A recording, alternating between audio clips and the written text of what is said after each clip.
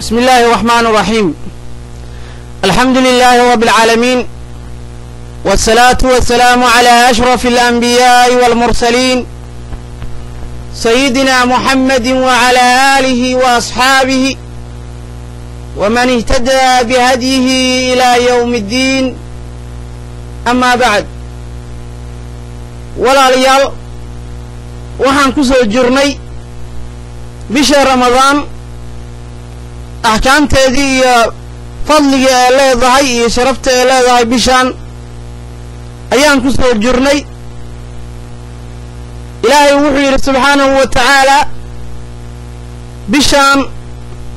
qiimo aad u weyn iyo fadli aad u weyn ayaa lagu sheegay sidoo nabigu noo sheegay calayhi salaatu wasalaam. إلهي وحير شهر رمضان الذي أنزل فيه القرآن هدى للناس وبينات من الهدى والفرقان فمن شهد منكم الشهر فليصمه. وإلهي إن أمره سبحانه وتعالى إن أنصرنا إن أنكفى إذا ثنى وإلهي كتب سبحانه وتعالى إن القرآن كيس سودة جي hanuunka badan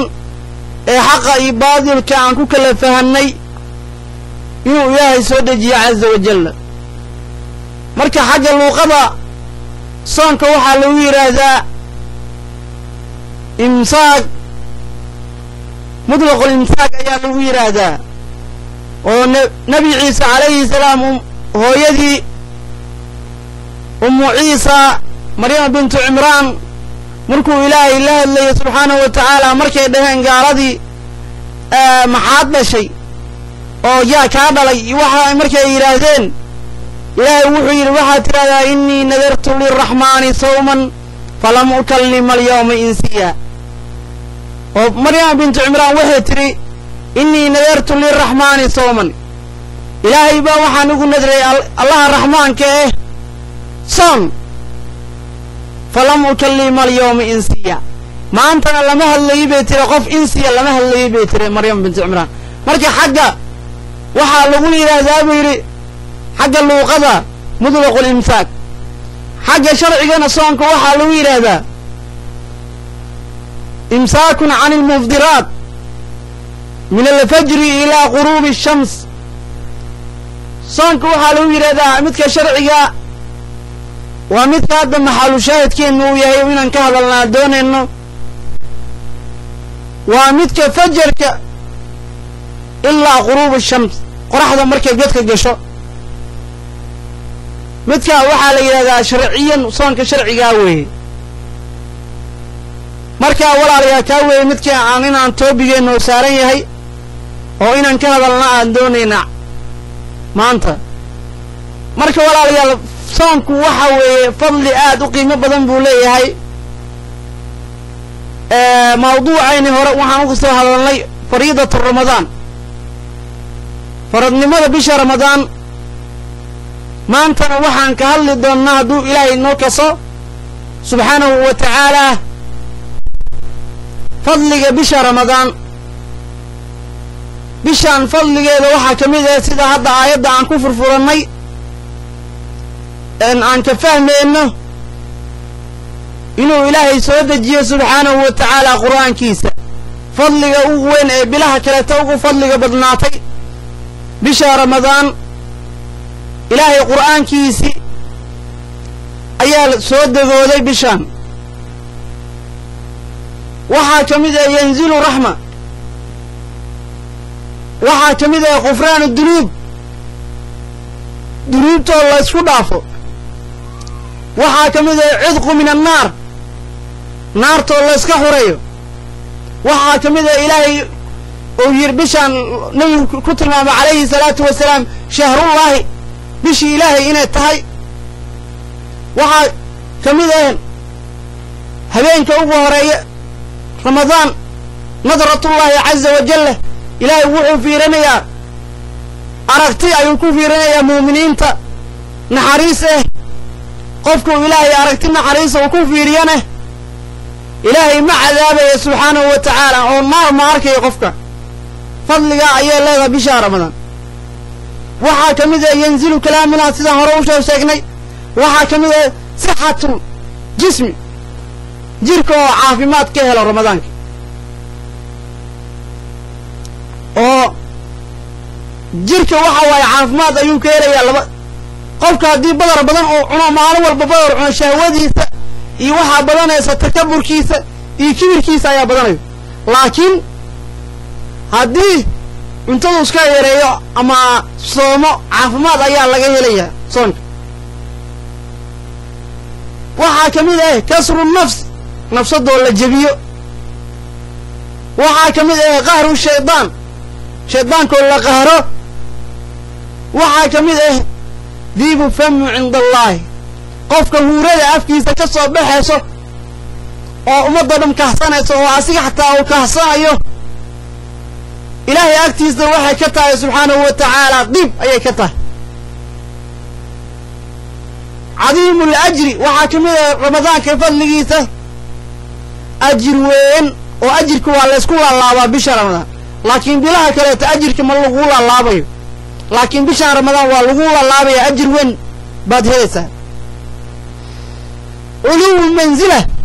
mansiladaada oo sareyso markii qiyaamo la tago qofka dadka saa'imiinta dadka kaleeto way ka sareeyaan ummadda kaleeto way ka sareeyaan lianna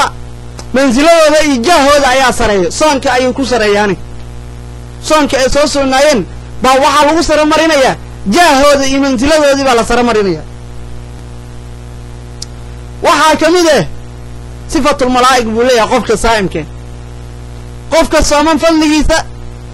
waxaa ka mid ah sifatulmalaa'ig malaa'igta sifadooda buu qaadanayaa waxaa ka mid ah soonka fadligiisa qurbu min allaahi caza wajalla ilaahay oo loo dhowaanayo subxaanahu wa tacaala xaggiisa soonka fadaa'ishiisa ayay ka mid tahay taane ilaahay wuxuu yidhi subxaanahu wa tacaala shahru ramadaanu aladii unzila fiihi alqur'aan bisha ramadaan waxaan dhahnay fadligeeda waxaa ka mid ah qur'aankaa ilaahay soo dejiyey subxaanahu wa tacaala ilaahay wuxuu yidhi shahru ramadaanu aladii waa bishii ramadaan unzila fiihi alqur'aanu qur'aankii baa la soo dejiyey hudan linnaasi hanuun ayuu u yahay dadka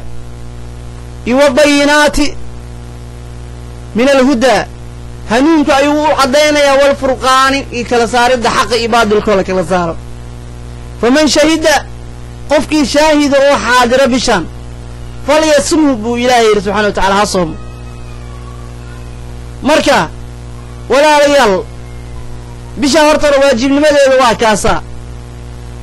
qur'aankii in la soo dejiyana aayaddan ayay ku caddahay oo bishaan fadiilada ee leedaha waxaa ka mid ah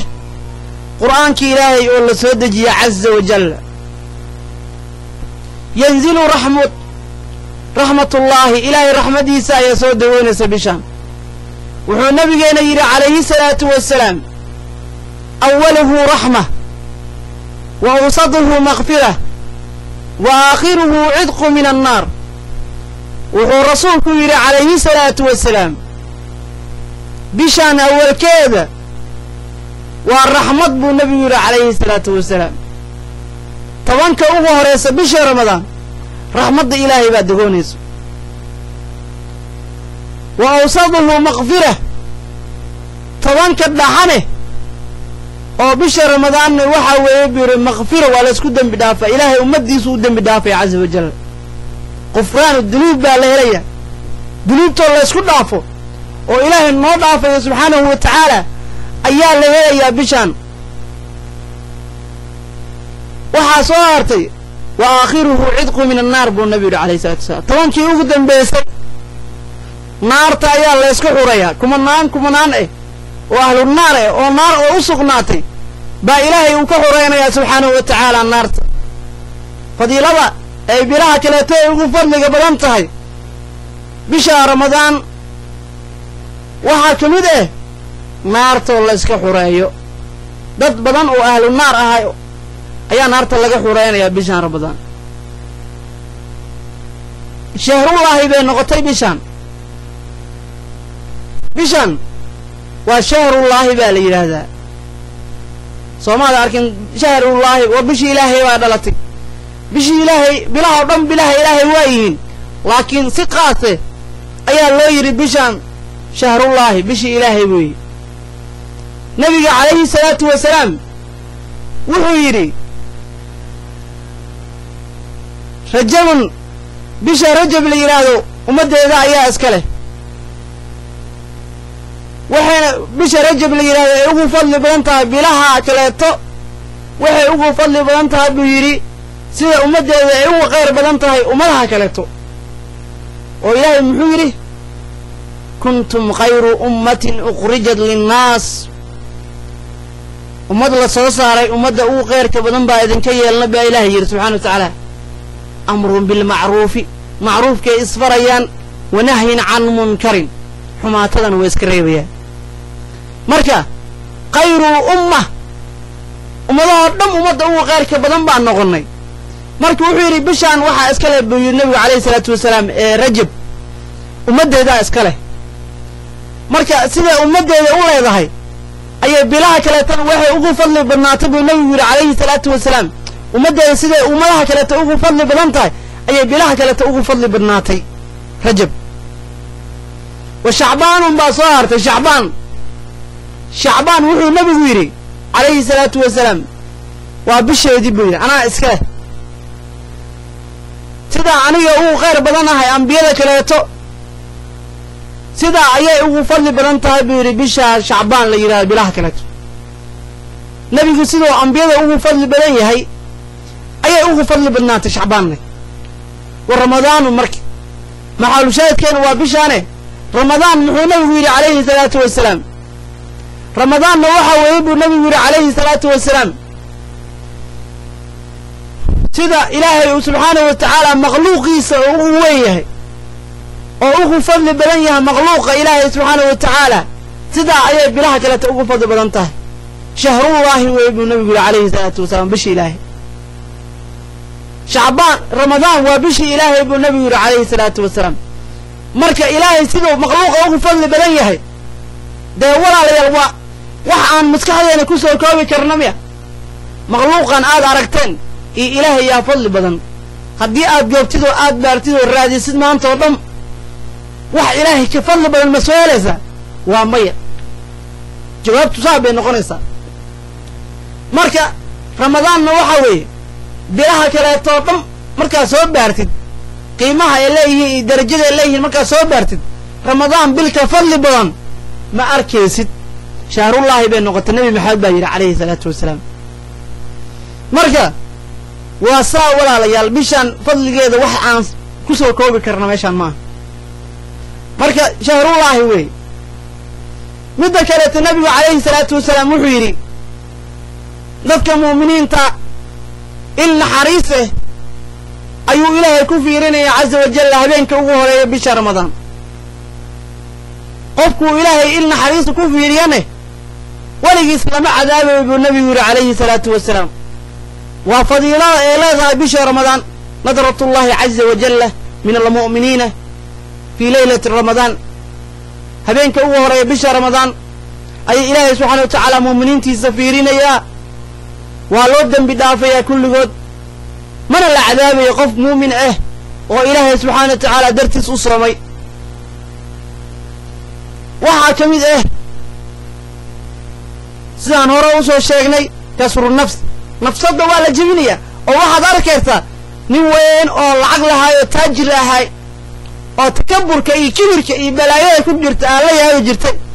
bisha ramadaan waxaan arkaysaa asigoo dhahay waan soomanahay isqaaqaabinayo masaajidka soo gelayo dadkii masaakiinta fuqarada ah isku meel ku afurayaan oo hal meel isku meel ay seexanayaan ba arkaysaa bisha ramadaan